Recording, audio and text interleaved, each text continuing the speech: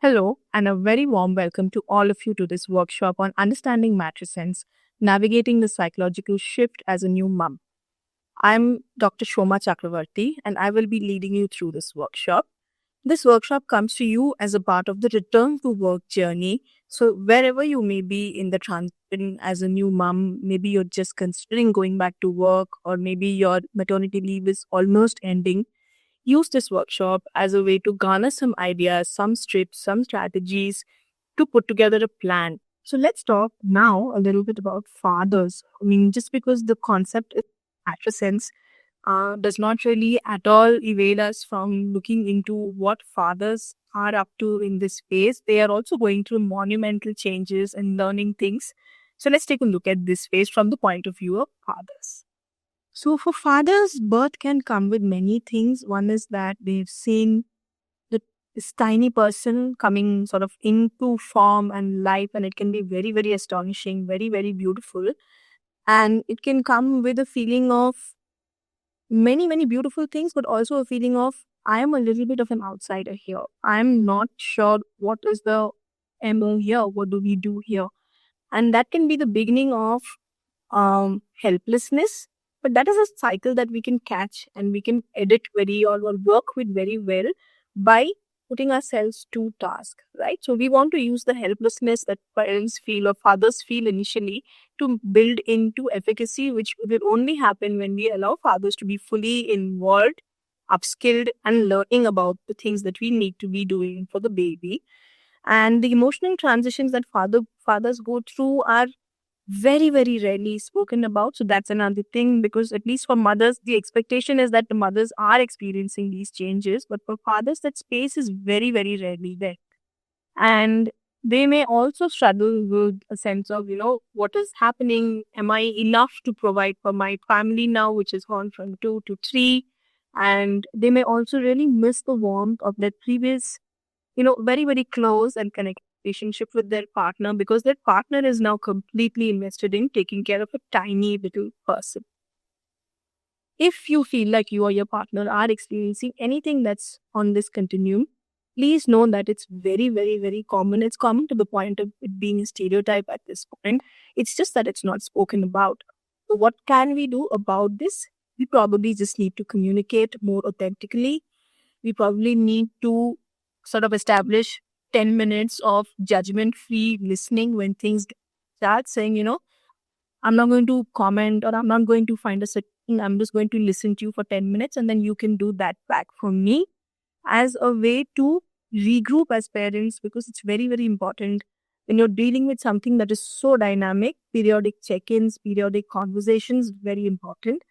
It's also okay to speak of the lesser said things that we feel. Fathers may very often feel like, oh, I wish I had my old life back. I could go out like this, or I could go out or work travel like that. And I really miss all of that. But they may feel like stigmatized for saying things like that, because it's not the most popular opinion to have, but it is a very real opinion to have. And sometimes when you park the judgment and you actually start talking about it, you realize that both of you have been feeling the same feeling, but with a different face. The other big challenge, I think, not just for fathers, but then other parents as a couple, is that birth and the months after birth put us in this roommate phase, which is actually what's needed in a way, because we have to suspend all our previous roles and put together all our capacities to take care of the baby. But at some point, we have to be a little intentional about also reaching out to each other as the people and partners that we knew each ourselves to be. If we let the roommate phase just persist and we stop making bits to connect, stop making plans for us which involve the child rather than the child and involving us, sort of prioritizing the couple that we were, it's going to take a toll on the connection that we had in the long run. So just taking some time again to be thoughtful, intentional, but also actionable about what plans can be made for us when we exit this roommate phase. Now, a large part of matrescence, of course, is a bunch of transitions. And for transitions, we need time, space, and preparedness. In this section, we look at what that may entail. Now, when we think of birth, what are the things that we need soon after birth? Evolutionarily, if you look at this phase, very, very often Even across the animal kingdom, when people birth and are taking care of a new little one, they move into a sense of a cocoon or a shelter, because the warmth, the safety of that is very, very essential for this time. And when we are going through this nesting phase before birth, I think that's an important time for us to plan what we would be needing on the other side too, because the nesting is much easier to plan because there's no baby there. But on the other side, when you've taken the baby back home, we have to really create, protect, and sort of buffer this cocoon and the shelter that we want. Generally, mothers need a space which has a sense of emotional safety involved. So, physical safety, of course, but mainly emotional safety, because breastfeeding, milk supply, lactation, latching on directly are impacted by how really grounded the mother is feeling. So, a safe space in the sense of course, physically, but also emotionally safe, which may be very, very subjective for different people. So, if society says that you have to go to your mom's place or in law's place or a separate third space where you feel like you feel best in your own home, then you prioritize that place and you plan and communicate that to your family and social support networks. And the second major thing is, how do we protect this space?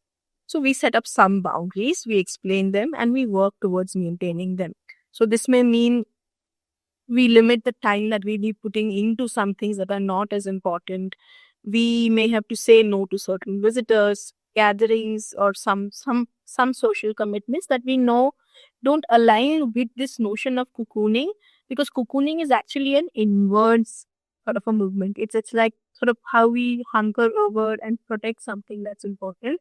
It may not be experienced as a vast expansion and an opening. But again, just a disclaimer, if you are someone who really, really loves and then loves people and wants to invite people into your own space and share your baby's presence with everyone, then so be it. There are different ways to experience this time. And like we said, there is really no right or wrong.